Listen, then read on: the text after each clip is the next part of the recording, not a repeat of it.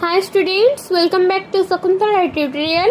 आज हम आलोचना करिबा नंदकिशोर बळंक संपर्क रे किछि एमसीक्यू जेउ गुडिक एसएसबी पीजी परीक्षा पई आपनकर सहयोगी होई परिबो। तबे चलंतु आरंभ करिबा आजर क्लास। आपण माने जदि हम चैनल को जे सब्सक्राइब करनांती जल्दी जल्दी सब्सक्राइब करनियंतु। तबे चलंतु आरंभ करिबा। फर्स्ट क्वेश्चन, नंदकिशोर बळ केउठारे जन्मग्रहण करिथिले? कुसुपुर, कटक, कोरुआ, मूल वसंत। आंसर हब कुसुपुर। नंदकिशोर बळ कुसुपुर ठारे जन्मग्रहण करिथिले। कुसुपुर ठारे किए जन्मग्रहण करथिले? नंदकिशोर बळ कुसुपुर ठारे जन्मग्रहण करिथिले। काहार पिलादिनर नाम थिला रसानंद? नंदकिशोर सामल विश्वनाथ कर, नंदकिशोर बळ कविसूर्य सदानंद ब्रह्मा। आंसर हब नंदकिशोर बळ। नंदकिशोर बळंक पिलादिनर नाम थिला रसानंद। नेक्स्ट क्वेश्चन, ऐतिहासिक काव्य रूपे परिचित कृष्ण कुमारी काहा द्वारा रचित? फकीरमोहन सेनापति, नंदकिशोर बळ, मायाधर मानसिंह, नंदकिशोर सामल। आंसर हब नंदकिशोर बळ। ऐतिहासिक काव्य रूपे परिचित कृष्ण कुमारी नंदकिशोर बळंक द्वारा रचित।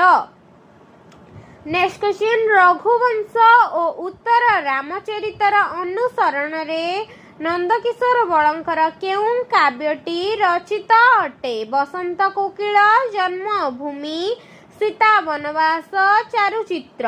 आंसर हब सीता वनवास। रघुवंश और उत्तर रामचरितर अनुसरण रे नंदकिशोर बळंकर सीता वनवास काव्यटी रचित होईछि। क्षमा कले झियो, क्षमा तो मिलई, क्षमार न मिले अंत, क्षमार ग्रहिता क्षमा दाता नुहे, ए भुवने भाग्यवंत। ए पद्यांशटी नंदकिशोर बळंक केउं काव्यर अंशविशेष अटे? शर्मिष्ठा, कृष्ण कुमारी, निर्झरिणी, पल्लीचित्र। आंसर हब शर्मिष्ठा। क्षमा कले झियो, क्षमा तो मिलई, क्षमार न मिले अंत, क्षमार ग्रहिता क्षमा दाता नुहे, ए भुवने भाग्यवंत। एही पद्यांशटी नंदकिशोर बळंकर शर्मिष्ठा काव्यर अंशविशेष अटे। केते ख्रीष्टाब्द रे इंग्रेज सरकारंक ठारू नंदकिशोर बळ रायबहादुर उपाधि लाभ करिथिले? 1922, 1920, 1924, 1928। Answer hub 1924। 1924 ख्रीष्टाब्द रे इंग्रेज सरकार ठारू नंदकिशोर बळ रायबहादुर उपाधि लाभ करिथिले। सीता वनवास केबे रचित होईछि? सीता वनवास 1901 रे प्रकाशित होईछि। शर्मिष्ठा केबे प्रकाशित? शर्मिष्ठा 1908 रे प्रकाशित। पल्लीचित्र प्रथम भाग 1898 रे प्रकाशित। निर्झरिणी 1900 रे प्रकाशित होईछि। 1898 रे पल्लीचित्रर प्रथम भाग, 1900 रे निर्झरिणी।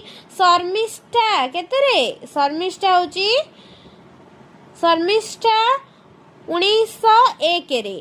सीता वनवास ना, सीता वनवास 1901, शर्मिष्ठा 1908। पल्लीचित्र प्रथम भाग 1898, निर्झरिणी 1900, सीता वनवास 1901 एवं शर्मिष्ठा 1908 रचित होईछि। नेक्स्ट क्वेश्चन, काक बारता कविताटी कवि नंदकिशोर बळंक केउं कविता संकलन पुस्तकरू गृहीत होईछि? निर्झरिणी, शर्मिष्ठा, कृष्ण कुमारी, चारुचित्र। आंसर हब निर्झरिणी। काक बारता कविताटी कवि नंदकिशोर बळंकर निर्झरिणी कविता पुस्तकरू संगृहीत होईछि। डामरा काउरे डामरा काहू, गहन कांतारे तू राबु थाऊ, प्रावृटरे बन नवीन छवि, धरे जा नवर्णी पारई कवि। ଏହି କବିତାଂଶଟି କବି ନନ୍ଦକିଶୋର ବଳଙ୍କର କେଉଁ କବିତାର ଅଂଶବିଶେଷ ଅଟେ? ଗ୍ରାମଖଳା, ବନପ୍ରିୟ, କାକବାରତା, ଦୁଃଖୀର ସଂସାର।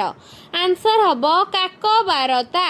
ଡାମରା କାଉରେ ଡାମରା କାଉ, ଗହନ କାନ୍ତାରେ ତୁରାବୁ ଥାଉ, ପ୍ରାବୃଟରେ ବନ ନବୀନ ଛବି, ଧରେ ଯା ନବର୍ଣ୍ଣି ପାରଇ କବି। ଏହି କବିତାଂଶଟି କବି ନନ୍ଦକିଶୋର ବଳଙ୍କର କାକବାରତା କବିତାର ଅଂଶବିଶେଷ ଅଟେ। ଡାଣିଆ ଖରା ପଡ଼ିଛି ବେଳ ଯାଉଛି ବୁଡ଼ି, କି ସୁନ୍ଦର ପାରା ଯୋଡ଼ିଏ ଯାଉଅଛନ୍ତି ଉଡ଼ି। ପିଇବାକୁ ଦେବି ତୁମ୍ଭକୁ ପଦ୍ମ ପୋଖରୀ ପାଣି, ଶୋଇବାକୁ ଦେବି ଖଟୁଲି ମାଳି ଘରୁ ମୁଁ ଆଣି। ଉକ୍ତ କବିତାଂଶଟି କବି ନନ୍ଦକିଶୋର ବଳଙ୍କ କେଉଁ କବିତା ସଂକଳନରୁ ଆସିଛି? ବସନ୍ତ କୋକିଳ, ନିର୍ଝରିଣୀ, ତରଙ୍ଗିଣୀ, ପଲ୍ଲୀଚିତ୍ର। ଆନ୍ସର ହବ ନିର୍ଝରିଣୀ। ଡାଣିଆ ଖରା ପଡ଼ିଛି ବେଳ ଯାଉଛି ବୁଡ଼ି, କି ସୁନ୍ଦର ପାରା ଯୋଡ଼ିଏ ଯାଉଛନ୍ତି ଉଡ଼ି। ପିଇବାକୁ ଦେବି ତୁମ୍ଭକୁ ପଦ୍ମ ପୋଖରୀ ପାଣି, ଶୋଇବାକୁ ଦେବି ଖଟୁଲି ମାଳି ଘରୁ ମୁଁ ଆଣି। ଉକ୍ତ କବିତାଂଶଟି କବି ନନ୍ଦକିଶୋର ବଳଙ୍କର ନିର୍ଝରିଣୀ ସଂକଳନରୁ ଆସିଅଛି। ନେକ୍ସଟ କ୍ୱେଶ୍ଚିନ୍, କୃଷ୍ଣ କୁମାରୀ କେବେ ରଚିତ ହୋଇଥିଲା? 1901ରେ। 1901ରେ କ'ଣ ରଚିତ ହୋଇଥିଲା? କୃଷ୍ଣ କୁମାରୀ। ଚାରୁଚିତ୍ର 1902, ତରଙ୍ଗିଣୀ 1903 ଏବଂ ନାନାବାୟା ଗୀତ 1915ରେ ରଚିତ ହୋଇଥିଲା। ନନ୍ଦକିଶୋର ବଳଙ୍କ ଏକମାତ୍ର ଗଳ୍ପ ଲକ୍ଷ୍ମୀ କେବେ ପ୍ରକାଶିତ ହୋଇଥିଲା? 1915, 1911, 1913, 1914। ଆନ୍ସର ହବ 1913। ନନ୍ଦକିଶୋର ବଳଙ୍କ ଏକମାତ୍ର ଗଳ୍ପ ଲକ୍ଷ୍ମୀ 1913ରେ ପ୍ରକାଶିତ ହୋଇଥିଲା। ବସନ୍ତ କୋକିଳ। ବସନ୍ତ କୋକିଳ କେବେ ପ୍ରକାଶିତ ହୋଇଥିଲା? 1901। ନିର୍ମାଲ୍ୟ 1903। ପଲ୍ଲୀଚିତ୍ର ଦ୍ୱିତୀୟ ଭାଗ 1909।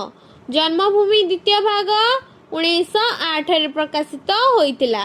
ନନ୍ଦକିଶୋର ବଳଙ୍କ ଜନ୍ମଭୂମି ପ୍ରଥମ ଭାଗ ପୁସ୍ତକଟି କେବେ ପ୍ରକାଶିତ ହୋଇଥିଲା? ପୂର୍ବରୁ ମଧ୍ୟ ଆଲୋଚନା କରିଛେ। 1903ରେ ପ୍ରକାଶିତ ହୋଇଥିଲା ନନ୍ଦକିଶୋର ବଳଙ୍କର ଜନ୍ମଭୂମି ପ୍ରଥମ ଭାଗ। କେଉଁ ଉପନ୍ୟାସଟି ଧାରାବାହିକ ଭାବରେ 1913 ମସିହାରେ ଉତ୍କଳ ସାହିତ୍ୟ ପତ୍ରିକାରେ ପ୍ରକାଶିତ ହୋଇଥିଲା?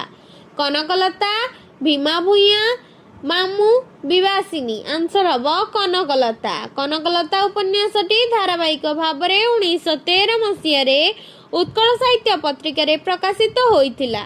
ମେଘ ବରଷିଲା ଟୁପୁରୁ ଟୁପୁରୁ, କେଶୁର ମାଇଲା ଗଜା, କେଉଁ ରାଇଜରେ ରହିଲେ ମୋର ଅଜା, ତେଲିଙ୍ଗି ବାଇଦ ବାଜା।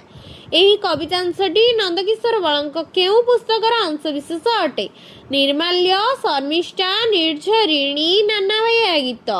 ଆନ୍ସର ହବ ନାନାବାୟା ଗୀତ। ମେଘ ବରଷିଲା ଟୁପୁରୁ ଟୁପୁରୁ, କେଶୁର ମାଇଲା ଗଜା, କେଉଁ ରାଇଜରେ ରହିଲେ ମୋର ଅଜା, ତେଲିଙ୍ଗି ବାଇଦ ବଜା। ଏହି କବିତାଂଶଟି ନନ୍ଦକିଶୋର ବଳଙ୍କର ନାନାବାୟା ଗୀତର ଅଂଶବିଶେଷ ଅଟେ। ମାଇକେଲ ମଧୁସୂଦନ ଦତ୍ତଙ୍କ ଶର୍ମିଷ୍ଠା 1898 ନାଟକର ପ୍ରଭାବ କେଉଁ କାବ୍ୟରେ ପଡ଼ିଛି? ନିର୍ଝରିଣୀ, କୃଷ୍ଣକୁମାରୀ, ଶର୍ମିଷ୍ଠା, ସୀତାବନବାସ। ଆନ୍ସର ହବ ଶର୍ମିଷ୍ଠା। ମାଇକେଲ ମଧୁସୂଦନ ଦତ୍ତଙ୍କ ଶର୍ମିଷ୍ଠା ନାଟକର ପ୍ରଭାବ ନନ୍ଦକିଶୋର ବଳଙ୍କ ଶର୍ମିଷ୍ଠା ନାଟକରେ ପଡ଼ିଛି। ଶର୍ମିଷ୍ଠା କେବେ ରଚିତ ହୋଇଥିଲା? ଶର୍ମିଷ୍ଠା 1908ରେ ରଚିତ ହୋଇଥିଲା।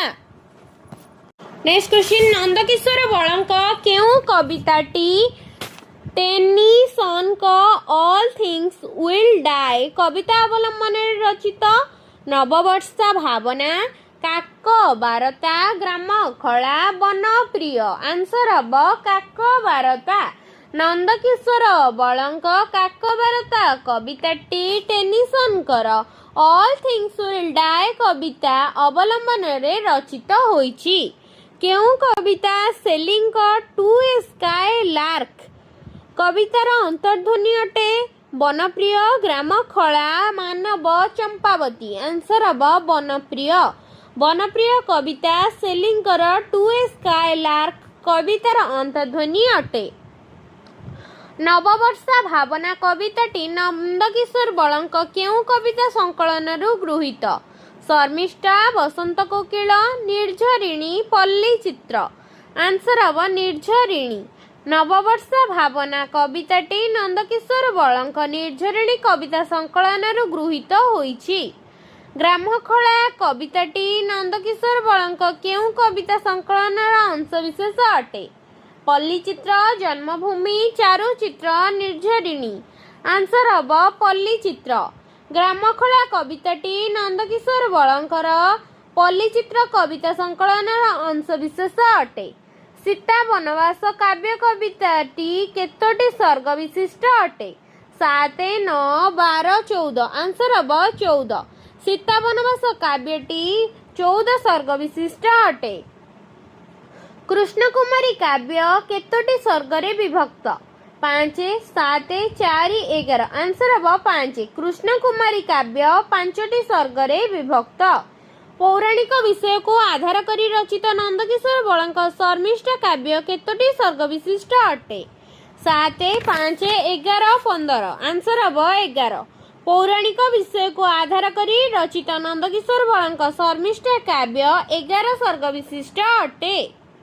31ଟି କବିତା ସଂକଳନ ସନ୍ଧ୍ୟା ସଙ୍ଗୀତର ରଚୟିତା କିଏ? ମାୟାଧର ମାନସିଂହ, ନନ୍ଦକିଶୋର ବଳ, ନନ୍ଦକିଶୋର ସାମଲ, ଗଙ୍ଗାଧର ମେହେର। ଆନ୍ସର ହେବ ନନ୍ଦକିଶୋର ବଳ। 31ଟି କବିତା ସଂକଳନ ସନ୍ଧ୍ୟା ସଙ୍ଗୀତର ରଚୟିତା ନନ୍ଦକିଶୋର ବଳ। ନିମ୍ନୋକ୍ତ ପୁସ୍ତକ ମଧ୍ୟରୁ କେଉଁଟି ନନ୍ଦକିଶୋର ବଳଙ୍କ ଦ୍ୱାରା ରଚିତ? ପ୍ରଭାତ ସଙ୍ଗୀତ, କବିତା ମଞ୍ଜରୀ, କୃଷକ ସଙ୍ଗୀତ, ଭକ୍ତି ଗାଥା। ଆନ୍ସର ହେବ ପ୍ରଭାତ ସଙ୍ଗୀତ। ପ୍ରଭାତ ସଙ୍ଗୀତ ନନ୍ଦକିଶୋର ବଳଙ୍କ ଦ୍ୱାରା ରଚିତ ଏକ ପୁସ୍ତକ ସଂକଳନ ଅଟେ। ଭାରତର ଭବିଷ୍ୟତ ଭାଷା କେଉଁ ଲେଖକଙ୍କର ଏକ ଚିନ୍ତାମୂଳକ ପ୍ରବନ୍ଧ ଅଟେ? ବିଶ୍ୱନାଥ କର, ରତ୍ନାକର ପତି, ନନ୍ଦକିଶୋର ବଳ, ଫକୀରମୋହନ ସେନାପତି। ଆନ୍ସର ହେବ ନନ୍ଦକିଶୋର ବଳ। ଭାରତର ଭବିଷ୍ୟତର ଭାଷା ନନ୍ଦକିଶୋର ବଳଙ୍କର ଏକ ଚିନ୍ତାମୂଳକ ପ୍ରବନ୍ଧ ଅଟେ। ଆଜିର ଆଲୋଚନାରେ ଆମେ ନନ୍ଦକିଶୋର ବଳଙ୍କ ସମ୍ପର୍କରେ ପ୍ରାୟ 31ଟି MCQ ଡିସ୍କସନ୍ କଲେ, ଯାହାକି UGC ନେଟ୍ JRF ପାଇଁ ମଧ୍ୟ ସହଯୋଗୀ ହୋଇପାରିବ। ଯଦି ଭିଡ଼ିଓଟି ଭଲ ଲାଗିଥାଏ ଲାଇକ୍, ସେୟାର, ସବସ୍କ୍ରାଇବ୍ ନିଶ୍ଚିନ୍ତ କରିବେ। Thank you.